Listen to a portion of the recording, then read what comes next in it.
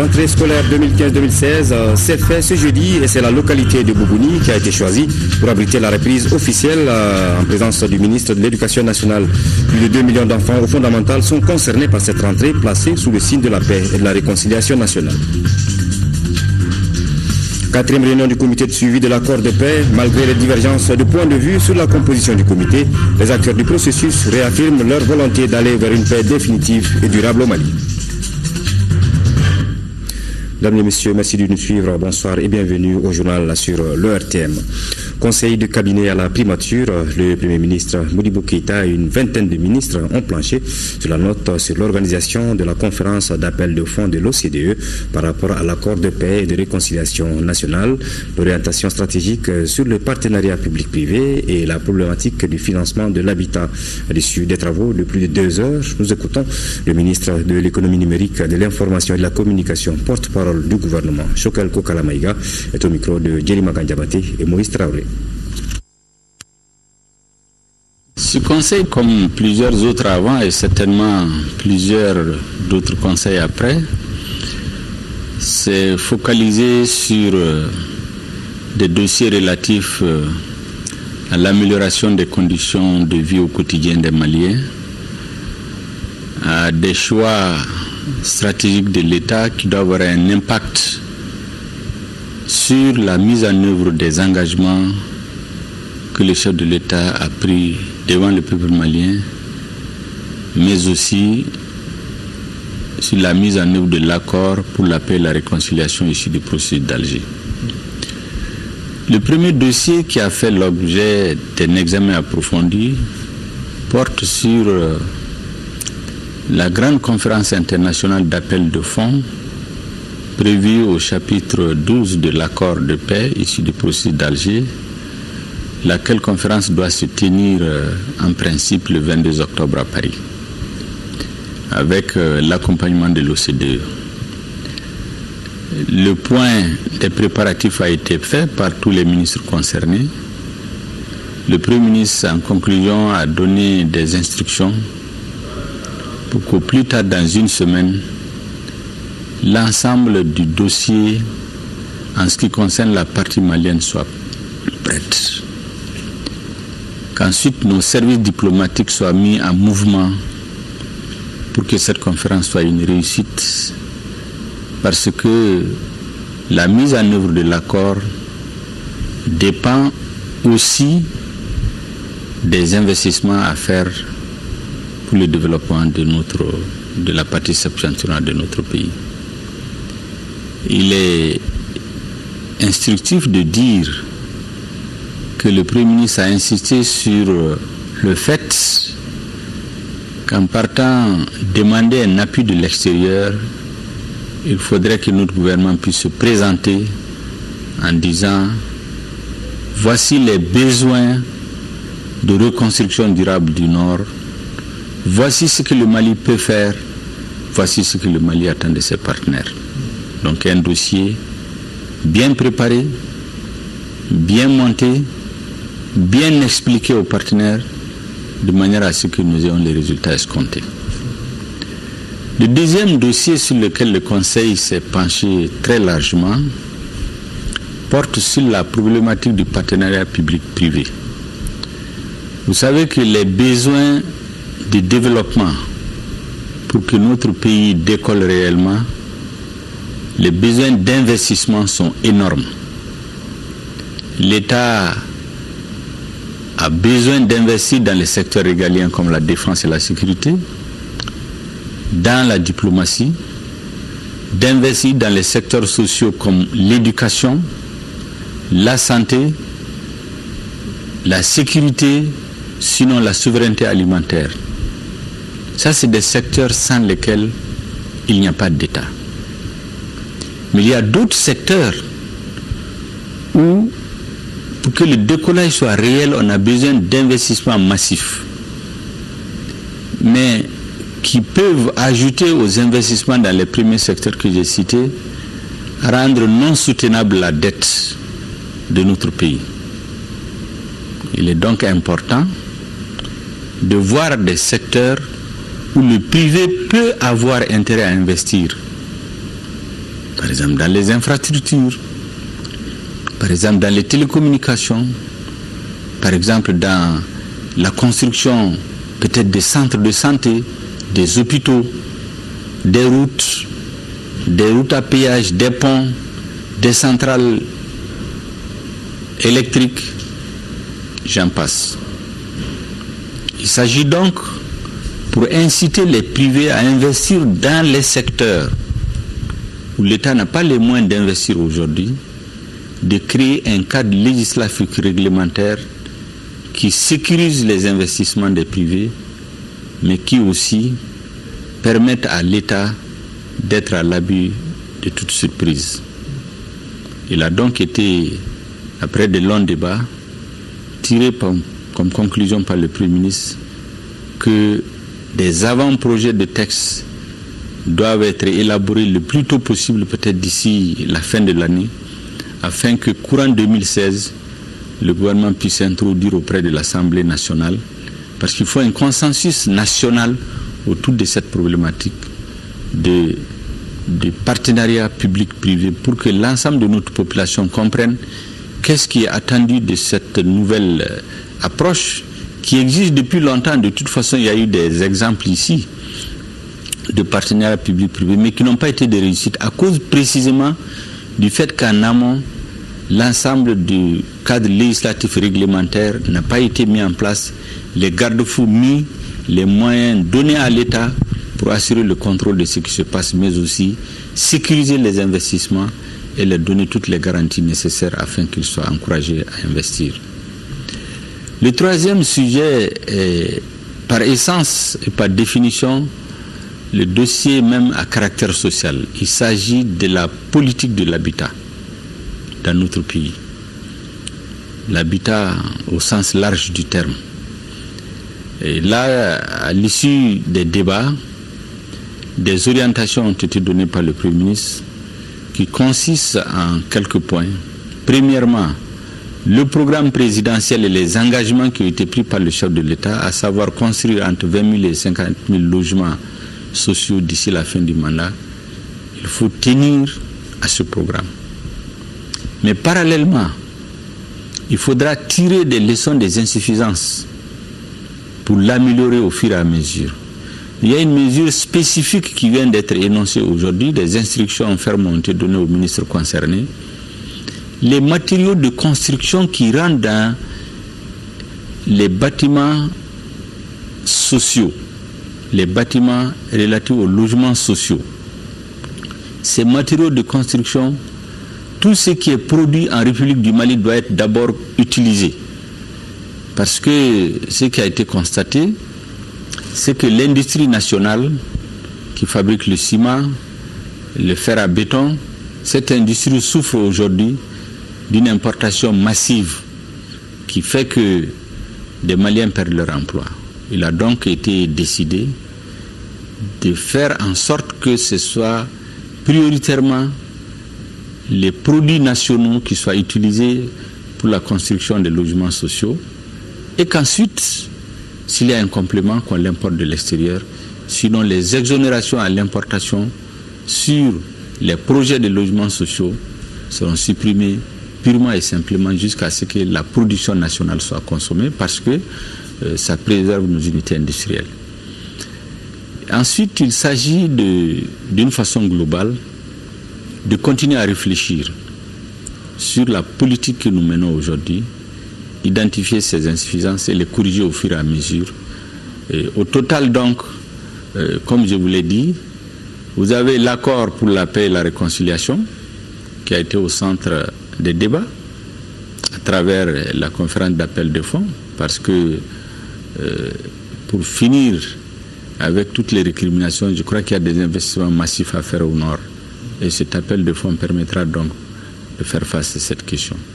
Nous avons des questions d'ordre économique qui ont été abordées, notamment le partenariat public-privé, qui est un concept qui existe actuellement un peu partout. Et si vous remarquez, la plupart des pays qui se développent, en réalité, ont mis à côté des investissements de l'État, aussi des investissements de type privé, et les questions sociales comme celui de l'habitat.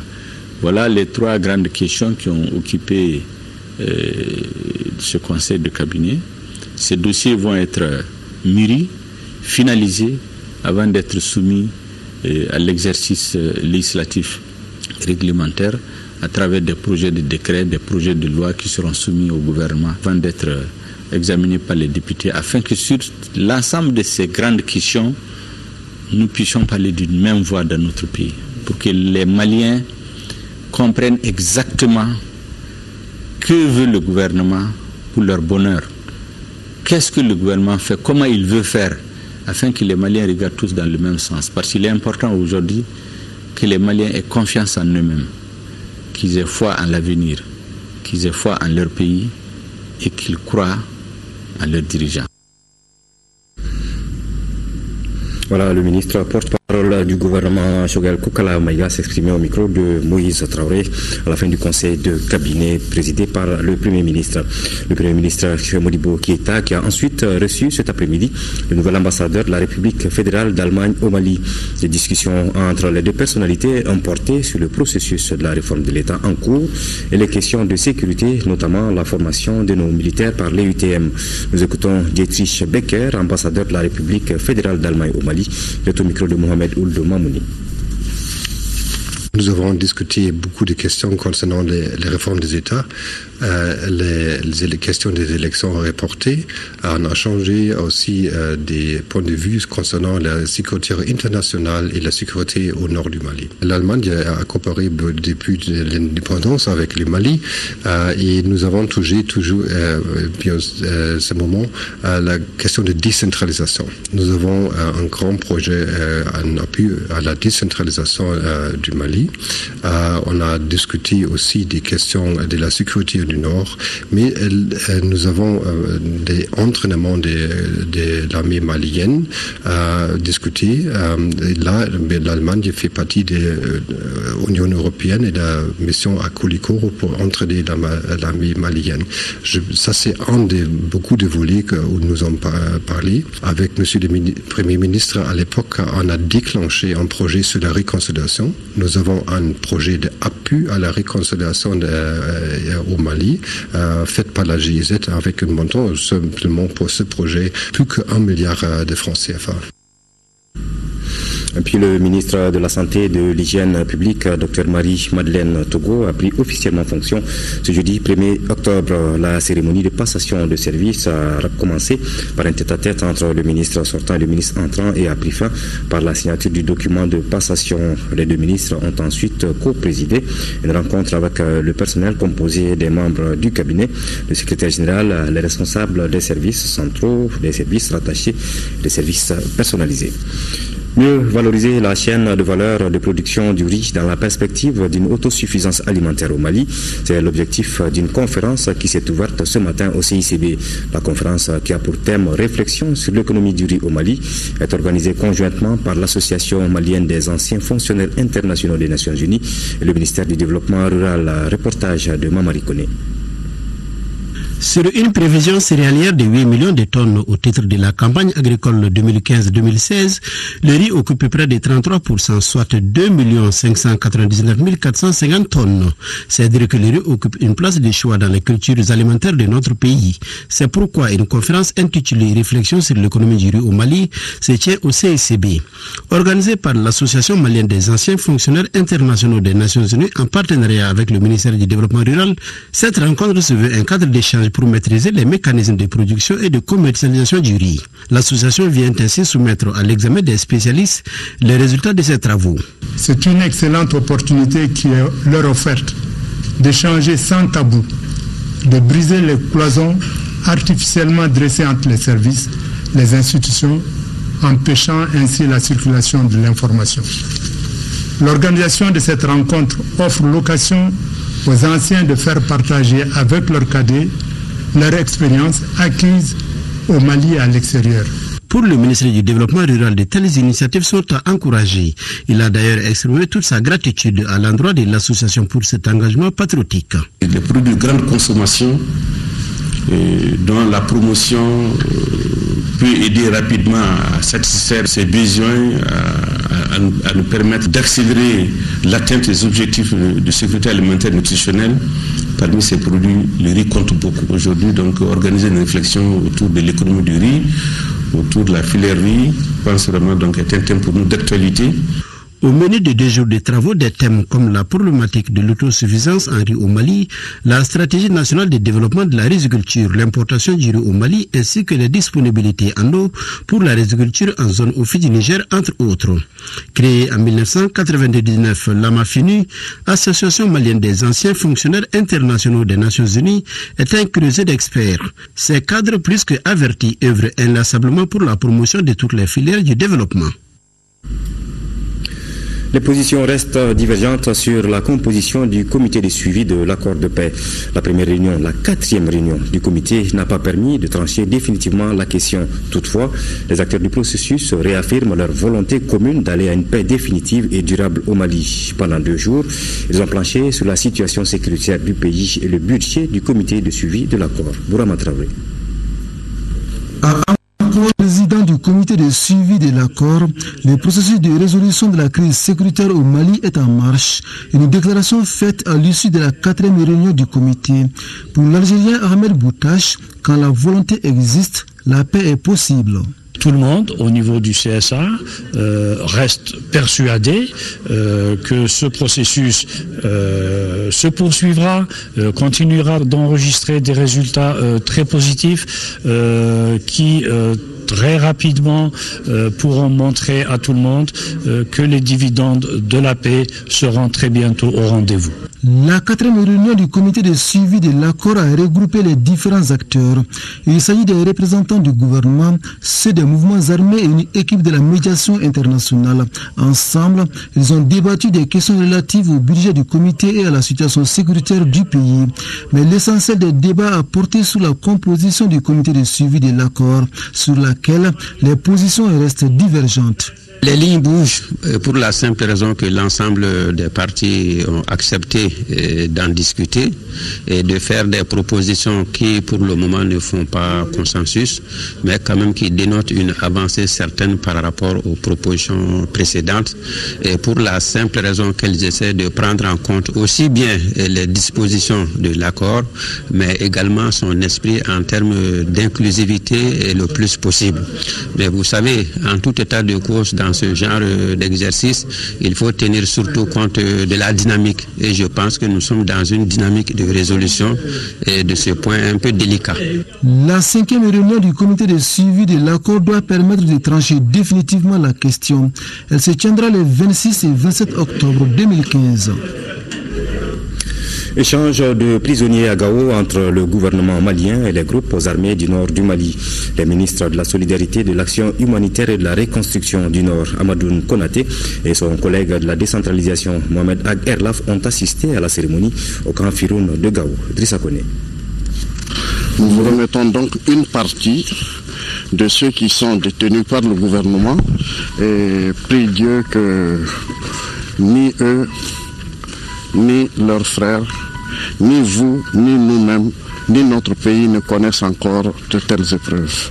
Il retrouve ainsi la liberté dans un Mali un et indivisible. Il s'agit de 30 détenus venus de Bamako appartenant à la SEMA et à la plateforme et 16 militaires faits prisonniers par la SEMA. Ce jeudi est un jour mémorable pour ces 46 Maliens, désormais ex-prisonniers. Aussitôt libérés, ils se sont fait des accolades. Globalement, nous avons une libération massive qui a commencé et qui va se poursuivre jusqu'à ce que le dernier détenu d'un côté ou de l'autre soit remis. C'est quelque chose qui vient soutenir l'accord d'Alger parce qu'une des positions du président a été plus d'hostilité et deuxièmement, plus de détenus du fait de la guerre, plus de morts stupides du fait de la guerre. Chacun des ex-détenus pourra retrouver sa famille après un long moment passé loin des siens.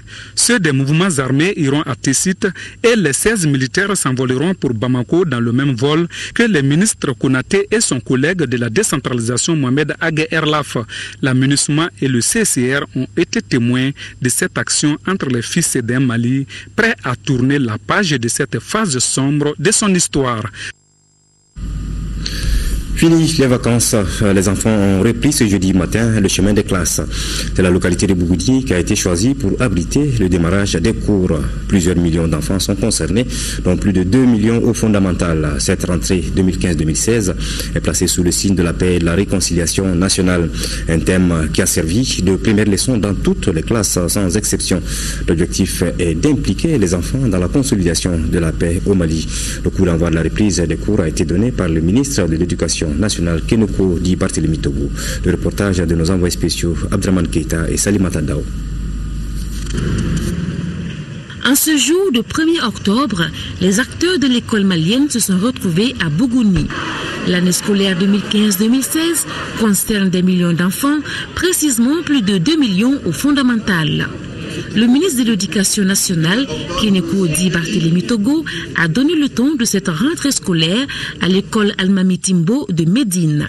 Vive le Mali! Vive le Mali! Vive son drapeau! Vive son drapeau! Attention pour la montée des fleurs. Paré!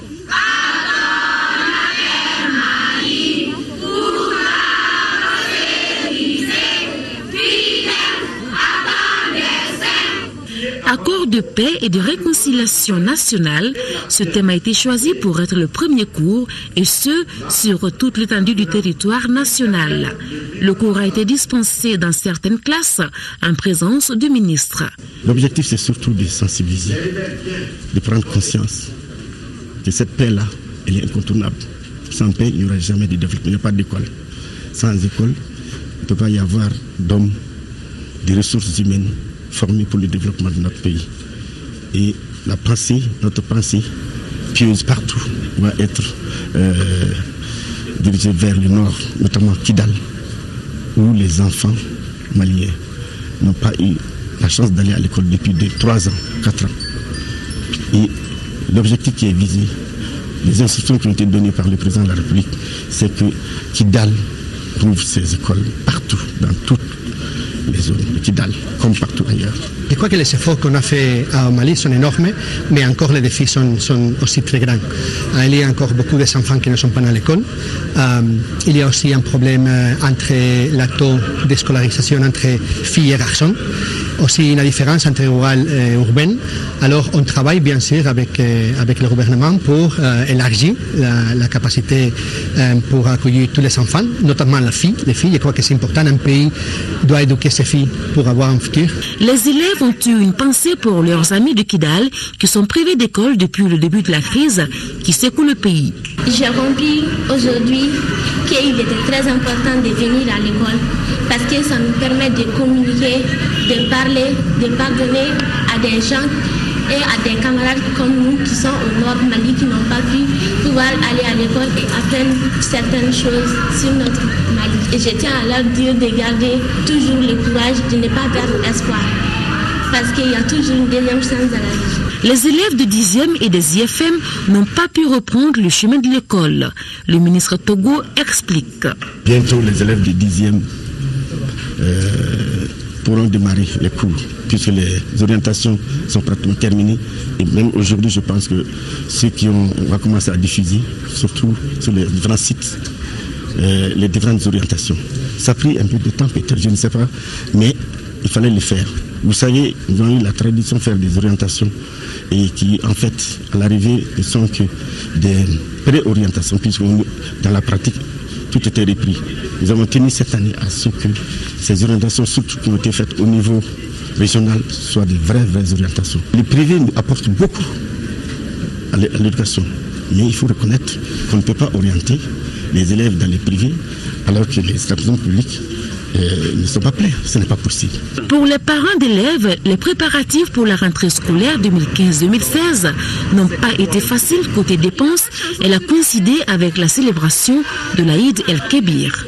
En ce jour de rentrée scolaire, il n'y a pas que les élèves qui ont repris le chemin de l'école. Il y a aussi les vendeuses de goûter. Elles disent être contentes de reprendre leur activité qui leur permet de générer des revenus. Ici, à Bougouni, les élèves sont sortis en grand nombre pour cette rentrée scolaire 2015-2016 lancée par le ministre de l'Éducation nationale, Keneko dit Barthélémy Togo. Au préscolaire, il y a également l'engouement. Certains font connaissance, d'autres savourent ce moment de de retrouvailles. Le thème de cette année, accord de paix et réconciliation, sera également développé au préscolaire et les tout petits auront le temps d'en discuter avec leur maîtresse les prochains mois. Alors si dans la commune urbaine de Bougouni, la rentrée scolaire s'est déroulée dans de bonnes conditions, dans certaines localités du pays, elle a démarré timidement. Un constat fait par la commission éducation, culture et communication de l'Assemblée nationale en visite sur le terrain. La commission a d'abord assisté à Bougouni au lancement de la rentrée scolaire avant de faire le tour de certaines écoles de l'intérieur. Envoyé spécial, Abdraman Maïga.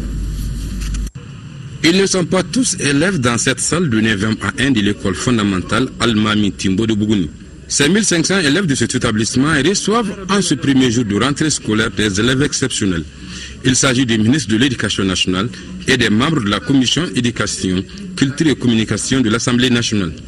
Tout comme le ministre, les élus de la nation assistent au lancement de la rentrée scolaire 2015-2016, placée sous le thème « L'accord pour la paix et la réconciliation nationale au Mali ». Au cours de la visite, vraiment ce qui m'a impressionné, c'est la réaction des enfants. Les enfants déjà, ils ont adhéré au concept. Parce que quand on leur a dit la paix, ils ne comprenaient pas. Mais quand le maître leur a expliqué le contenu de cette paix, ils ont compris que c'est pour asseoir une bonne base pour demain. Pour que demain, il y ait un vivre ensemble entre communauté blanche, communauté nord, communauté du sud, communauté du nord. Donc un vivre ensemble dans une paix retrouvée. Après la cérémonie de lancement, les hôtes du jour ont visité certaines écoles de la commune urbaine de Bougouni. Il s'agit du groupe scolaire Saint catholique des martyrs d'Ouganda et du lycée Kalulu Fofana. La délégation a également visité le jardin d'enfants Tingyeba Djakité de Bougouni. Pour avoir la paix, pour la réconciliation, il faut que tout le monde soit imprégné. Et les enfants et les parents. Il faudra que les enfants-là maîtrisent cet accord-là en faisant la lecture du contenu. L'éducation à la culture de la paix, ça ne peut pas aller sans les enfants, sans les scolaires, sans le milieu scolaire, pardon. Donc je pense que c'est un thème qui a été bien traité partout où nous sommes passés. Les enfants ont bien suivi, ont bien répondu aux questions et je pense que ça va aller. Si dans la commune de Bougouni, cette rentrée scolaire s'est déroulée dans de bonnes conditions, tel n'est pas le cas dans certaines localités de l'intérieur, comme par exemple à Kélia ou encore à Olesebougou. Dans ces deux localités, les cours ont démarré de façon timide avec une absence notoire des élèves et même des enseignants. Les visiteurs ont tenu une rencontre avec l'administration scolaire.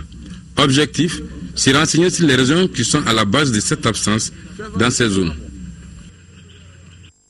Restons toujours dans le cadre de la rentrée scolaire et voyons à présent comment les élèves au niveau du complexe scolaire Askia, au lycée Ba Anna Samake et à l'école fondamentale publique de Sabalibougou ont repris le chemin de l'école. Notre équipe de reportage s'est rendue dans une famille ici à Bamako pour suivre le parcours de l'élève Anta Almaïmoun, 11 ans, à l'école le complexe scolaire Askia. Avec cette reprise de l'année scolaire, Anta et les autres élèves auront besoin d'attention sur les routes qu'ils traversent tous les matins pour aller à l'école. Le reportage de Alpha Maïga. Au 1008 logements sociaux en commune 6, nous y sommes. Le soleil commence à sortir de sa tanière. Anta vient de se réveiller. Elle fait sa toilette. Non loin, sa maman, préoccupée à préparer le petit déjeuner. Vous allez rencontrer les camarades, les professeurs, il faut bien les saluer, il faut bien vous comporter. C'est bon, Anta? Safi, tu as entendu? Bien garder vos affaires. Du haut de ses 11 hivernages, Anta, accompagnée par sa petite sœur, prend le chemin de l'école. Au complexe scolaire Askia, il est 7h38.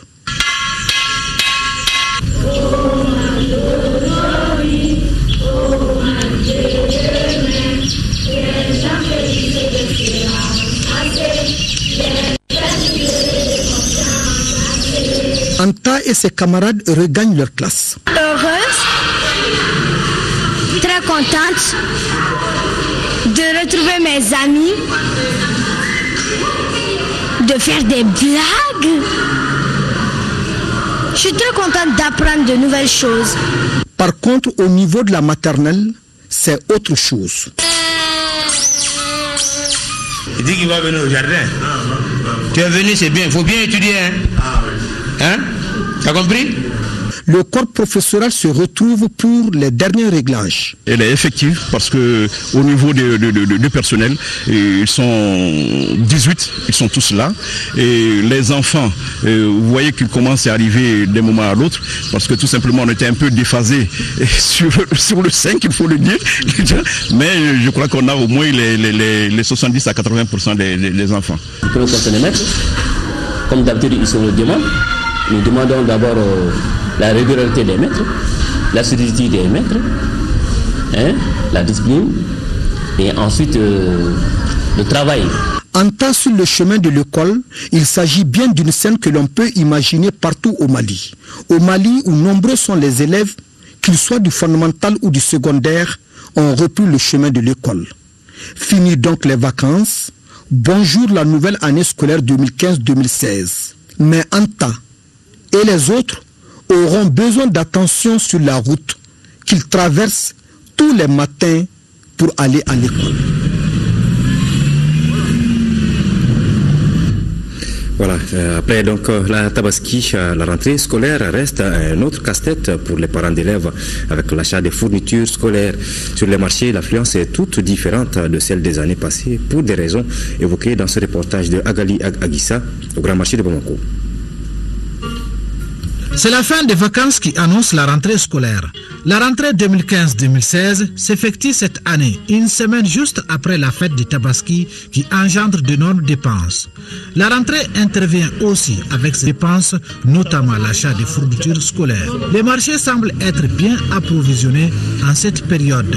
Ils offrent une gamme de produits aux nombreux acheteurs, dont la petite Aminata Ba qui accompagne ses parents au marché. Je suis venu acheter des fournitures, des livres et des cahiers. Je suis venu plus particulièrement pour l'achat des fournitures de mon petit-fils. Mais je me rends compte vraiment que le marché n'est pas du tout facile. On est en train de prendre les prix, mais on se rend compte déjà qu'il y a des différences de prix un peu partout. Les prix sont fixés en fonction de la qualité du matériel. Les paquets de cahiers de 100 pages ou de 200 pages est cédé entre 1250 et 1500 francs CFA. Pour le trousseau de l'élève, il faut débourser entre 15 000 francs et 25 000 francs CFA. Ça dépend de la classe. De la classe primaire à la classe secondaire, pratiquement ça évalue dans les 15 à 20 à 25 000 francs. Ça va de 20 à 22 500 pour un trousseau complet. Oh, les marchés ça va un peu, mais seulement après la fête, c'est pas facile. J'ai payé pour 6 enfants.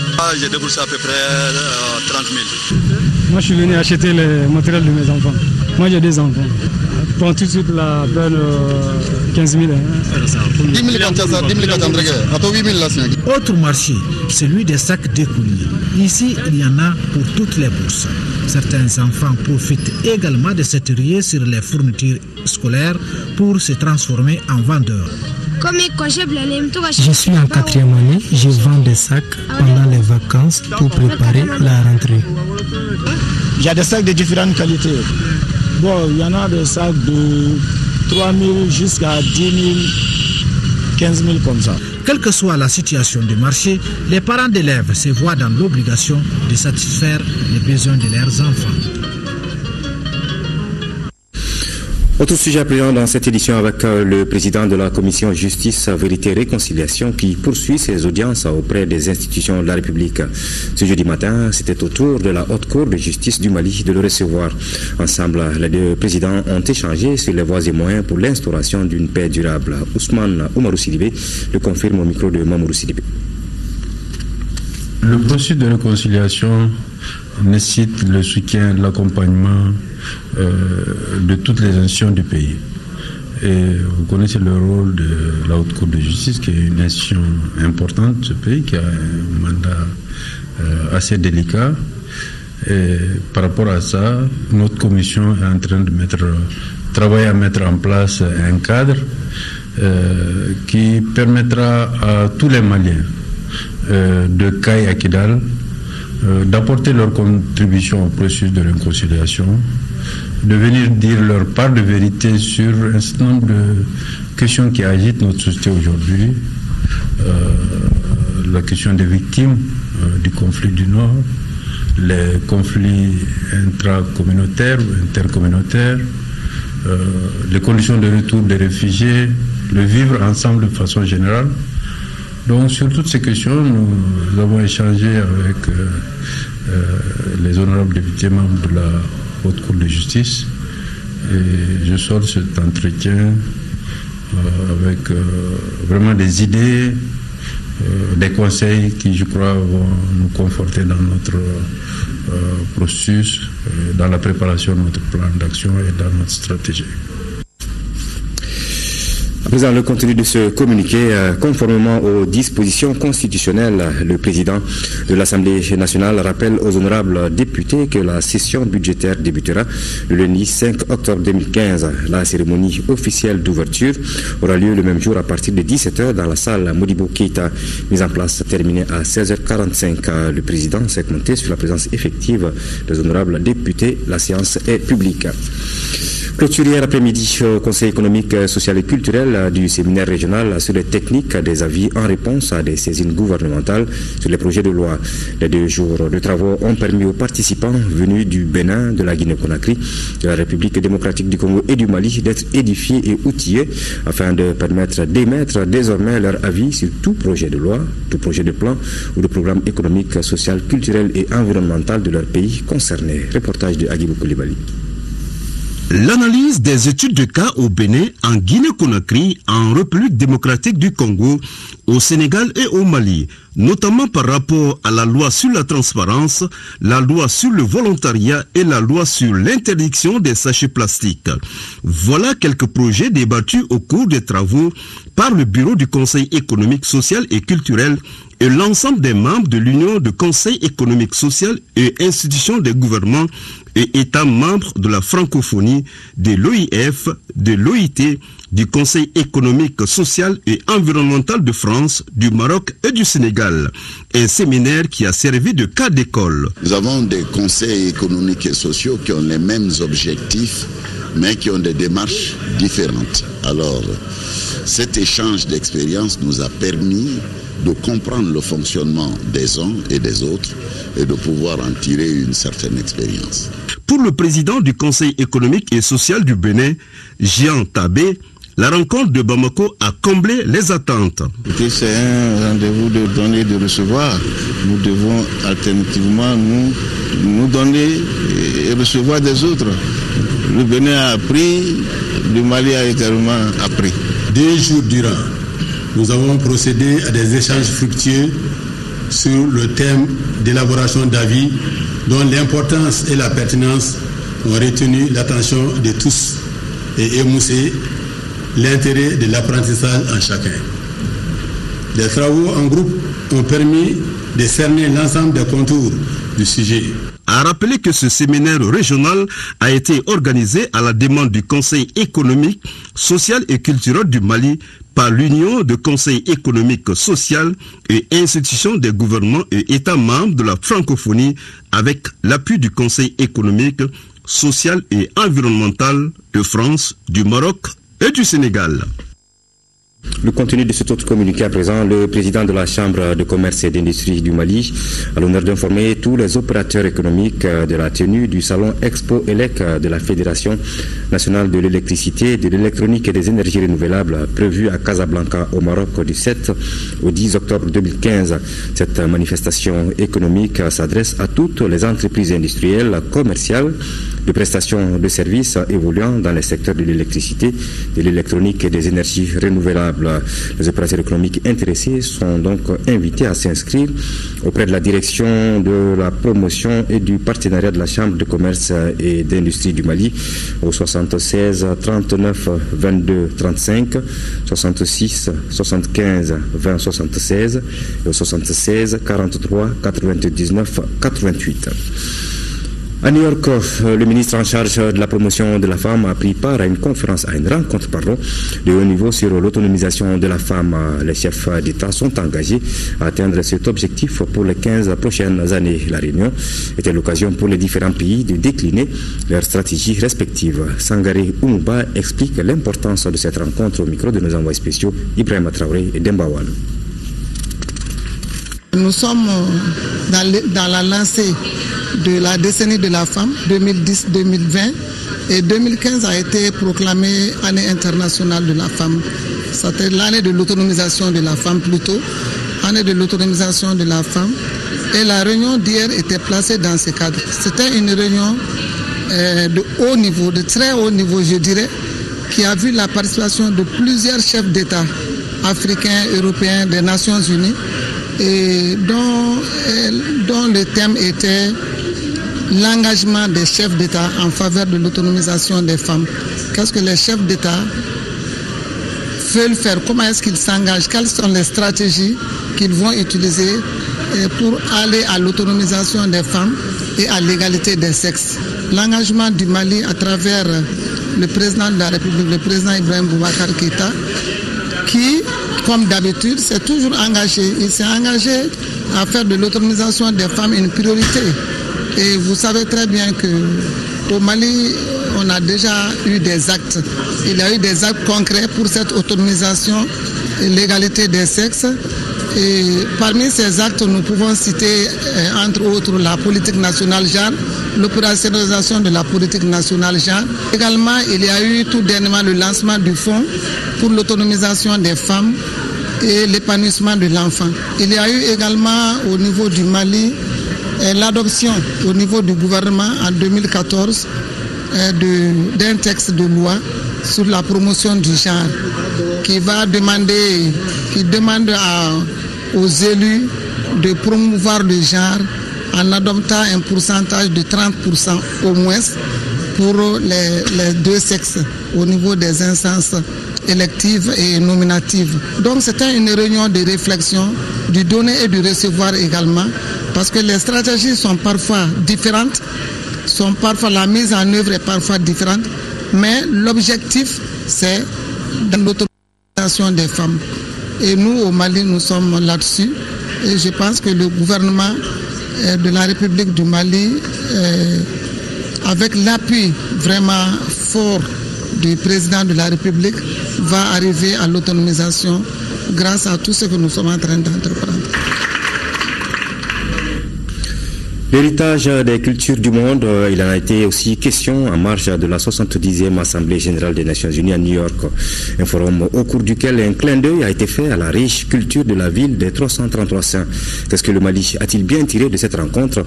Notre envoyé spécial Souri Ibrahim Keïta a posé la question au ministre de la Culture, de l'Artisanat et du Tourisme, Ndiaye Ramatoulaye Diallo. L'initiative, c'était surtout la protection du patrimoine culturel mondial, et cette conférence de haut niveau avec la coordination de l'UNESCO et du ministère des Affaires étrangères de Jordanie et bien entendu du ministère des Affaires étrangères de l'Italie aussi. C'était, si vous voulez, une opportunité offerte au Mali pour féliciter la coopération, d'abord multilatérale, avec toutes les institutions de la justice présentes ici. Et c'était également une opportunité pour nous de réaffirmer la reconnaissance du Mali. Et je dirais même la fierté du Mali, parce que c'est une première mondiale, l'arrestation d'un suspect de destruction de mausolées, et plus précisément des mausolées de Tombouctou. C'était également une opportunité pour nous de lancer un appel à toute la communauté internationale contre le trafic illicite des biens culturels dont nous sommes un peu victimes. C'est vrai que nous avons beaucoup d'acquis en termes de reconstruction, notamment des reconstructions des mausolées de Tombouctou. C'était un exemple repris par beaucoup de collègues du monde entier, citant le Mali comme exemple de réussite de la coopération internationale, surtout avec l'UNESCO. Le parti Rassemblement pour le Mali RPM, accompagné par les partis de la convention de la majorité présidentielle, pris pour les morts de la tragédie survenue à la Mecque. Les leaders du parti RPM viennent en effet de demander aux leaders d'autres partis et à des responsables de la communauté musulmane de se joindre à eux pour une journée de prière à la mémoire des disparus. Dr Boukassoum Aïdara est le président de la convention de la majorité présidentielle. Il est au micro de Adama Koulibaly.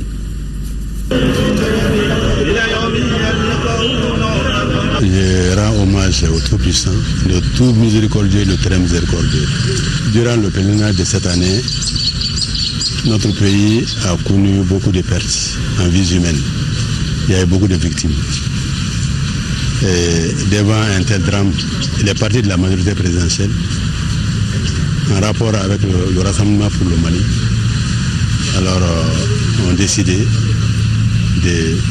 d'organiser une séance de lecture du Coran pour le repos de l'âme des disparus.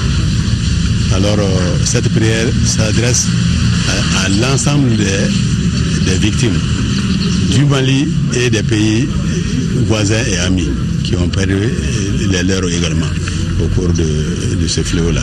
Nous avons demandé également à ce que tous les parents qui sont au courant, qui peuvent venir s'associer à nous pour faire la prière à leur mort et donner des sacrifices au nom de ces disparus-là, ils étaient tous conviés à venir ici ce matin pour cette séance de lecture de Coran. À un décès, on ne peut pas être heureux. Mais j'ai dit et je répète, j'appelle ces morts-là des morts heureux. Parce qu'il est bien dit, ceux qui sont devenus martyrs au cours d'un tel événement n'ont d'autre destination que le paradis. Et moi je crois que c'est le but de notre existence, c'est de finir bien. Quelqu'un qui finit sur le chemin du paradis, moi je pense qu'il n'y a pas beaucoup à pleurer. Justement, le président de la convention de la majorité présidentielle invite l'ensemble des militants à participer à la prière initiée par le gouvernement demain vendredi à partir de 14h30 à la grande mosquée de Bamako. Prière organisée à la mémoire de nos parents qui ont perdu la vie lors des bousculades meurtrières à Mina le 24 septembre dernier. L'Union pour la République et la démocratie URD a reçu hier mercredi une forte délégation du bureau national du parti PS Yelenkoura.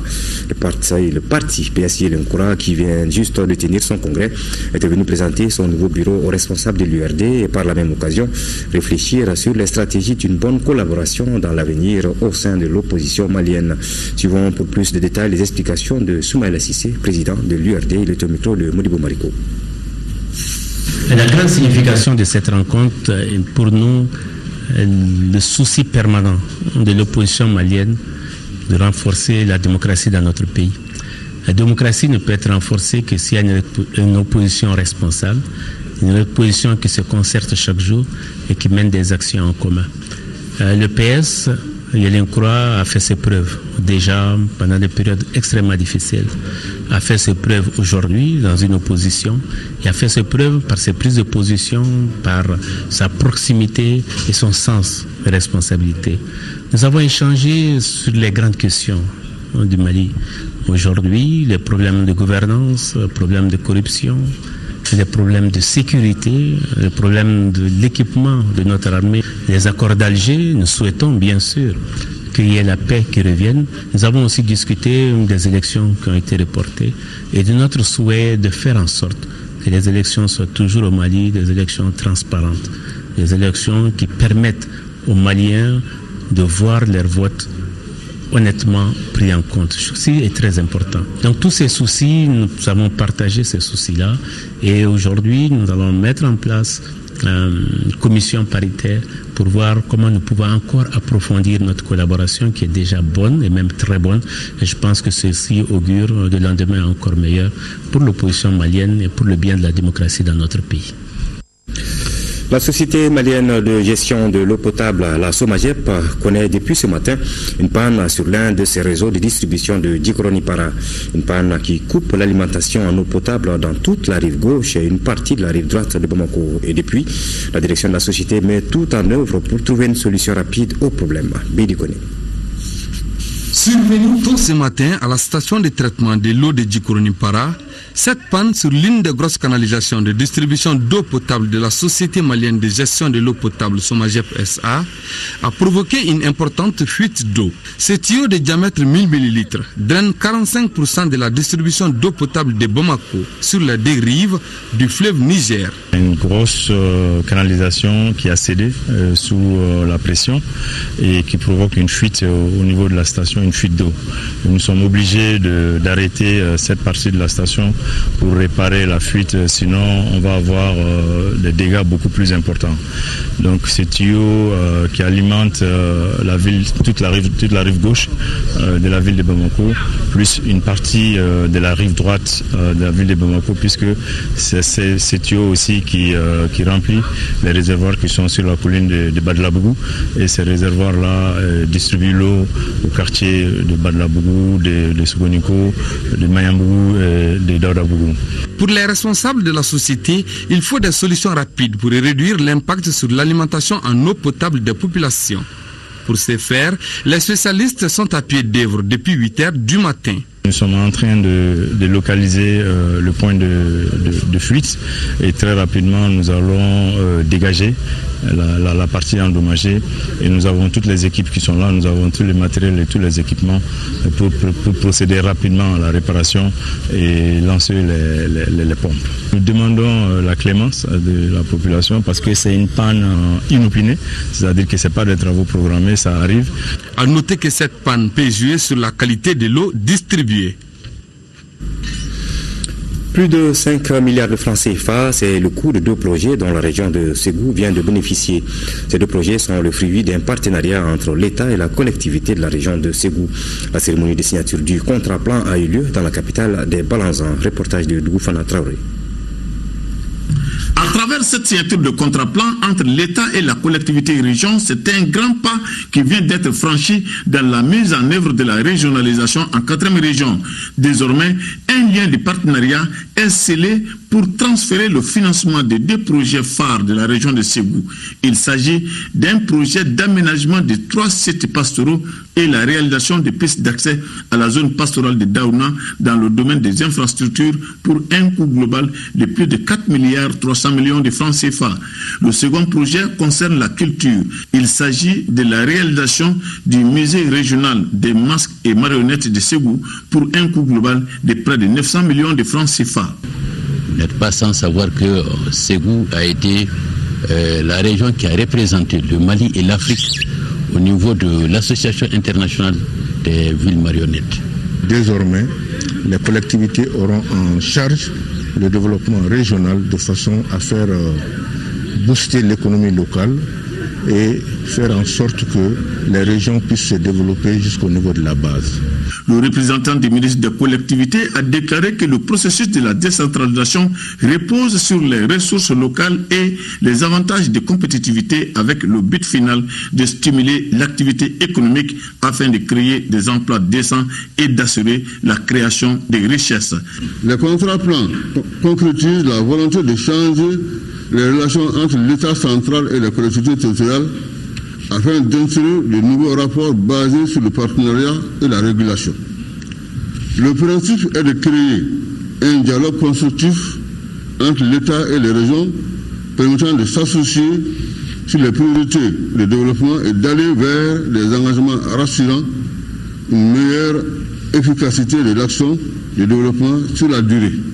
Le coût des 2 projets s'élève à plus de 5 milliards 200 millions de francs CFA. À Sikasso, la régionalisation entre dans sa phase active à travers l'engagement des parties prenantes.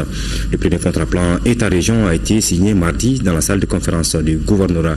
Une cérémonie présidée par le gouverneur de la 3e région, Mamadou Diaby, en présence des représentants des ministères de la décentralisation et de l'administration territoriale. Sekou Konaté. En apposant leur signature au bas de ce document, l'État représenté par le chef de l'exécutif régional et la collectivité région, par le président du conseil régional, donne ici le départ du processus de renforcement de la décentralisation à travers la régionalisation. Et le contrat-plan État-région, objet de cette signature, s'inscrit dans cette dynamique. Le principe est de créer un dialogue constructif entre l'État et les régions, permettant de s'accorder sur les priorités de développement et d'aller vers des engagements assurant une meilleure efficacité des actions de développement sur la durée. Le contrat-plan État-région constitue donc un outil précieux de promotion et de développement des activités économiques de la collectivité région. Et déjà, pour cette première phase, la région de Sikasso a ses orientations prioritaires. C'est une opportunité pour la population. Il y aura la création de l'emploi, il y a la création de la richesse, il y a aussi vraiment des faits multiplicateurs sociaux de base. Un choix qui résulte de la session extraordinaire du comité régional d'orientation, de coordination et de suivi des activités de développement.